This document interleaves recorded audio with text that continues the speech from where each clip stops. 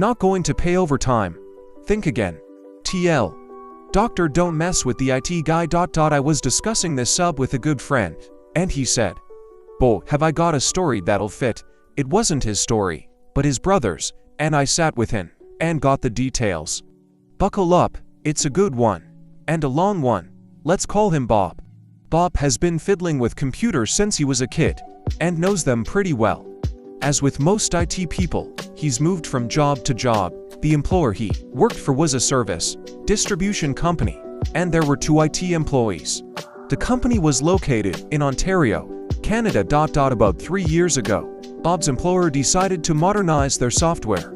They had separate programs for dispatching, for inventory, for payroll and finances, and it was complicated moving information from one program to the other.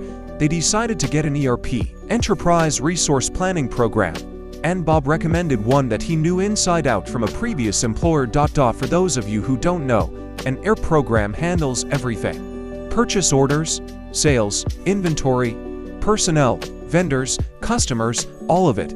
You can run a report and find out which customer has bought the most part ABC in the last year, which salesman has improved his numbers the most, which vendor has the fastest delivery time, which shipper packed the most orders. Everyone in the company used the ERP program, but it was very complicated, and they'd use the aspects of it that related to their position. For example, the receiver would accept a shipment, verify the quantity, confirm it was received, and the inventory stats would be available to salespeople if they wanted to look up how many were on hand. The receiver didn't care what the price was or who the vendor was, he just did his job. Bob was run ragged during the implementation process, but he managed to train most of the employees on their aspects, and after a few months, everything was running fairly smoothly. Bob still got tickets for tweaks in the operation of the software and occasional hardware IT issues. Then the company decided to expand their footprint and was marketing into different time zones. That messed things up. Atlantic Canada is 90 minutes early, so if someone sent an email or an order at 8 a.m. their time, it would arrive at 6:30 a.m. Ontario time. Pacific Canada is 3 hours late, so an email sent at 3 p.m. Vancouver time would arrive at 6 p.m. This stretched out the day, so many staff came in early and worked late. Bob would arrive at 8 a.m. and there would be people that demanded his immediate assistance and were annoyed that he didn't respond instantly, even though their request was submitted before his start time. Same with late in the day. His phone would ring at dinner time with people that wanted help right now. They decided to stagger his and his IT colleagues' shift times. Bob would start at 6 a.m. and work till 2:30, and his colleague would start at 10:30 a.m. and work till 7 p.m. Bob's colleague had kids and refused the shift change. The employer insisted.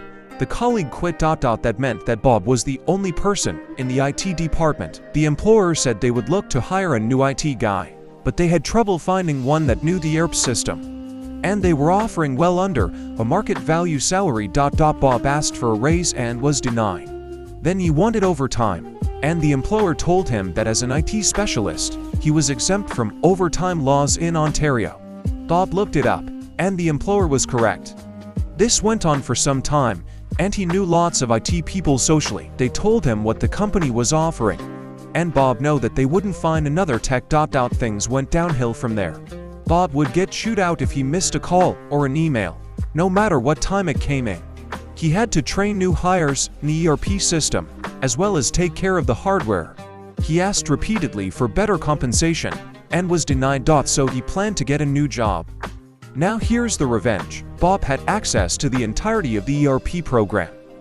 When a user signed in, the time was logged, and even if they didn't sign out, after 15 minutes it would log them out anyway.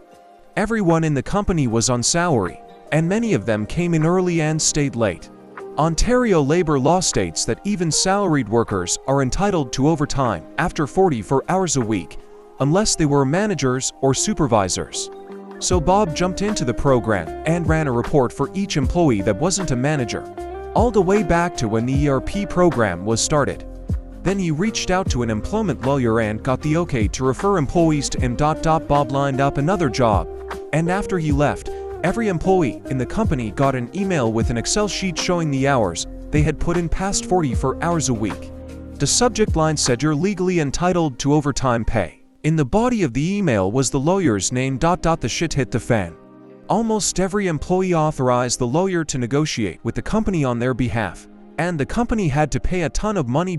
All the company had to do was pay Bob for the extra work he put in. Instead, they had to pay almost everyone.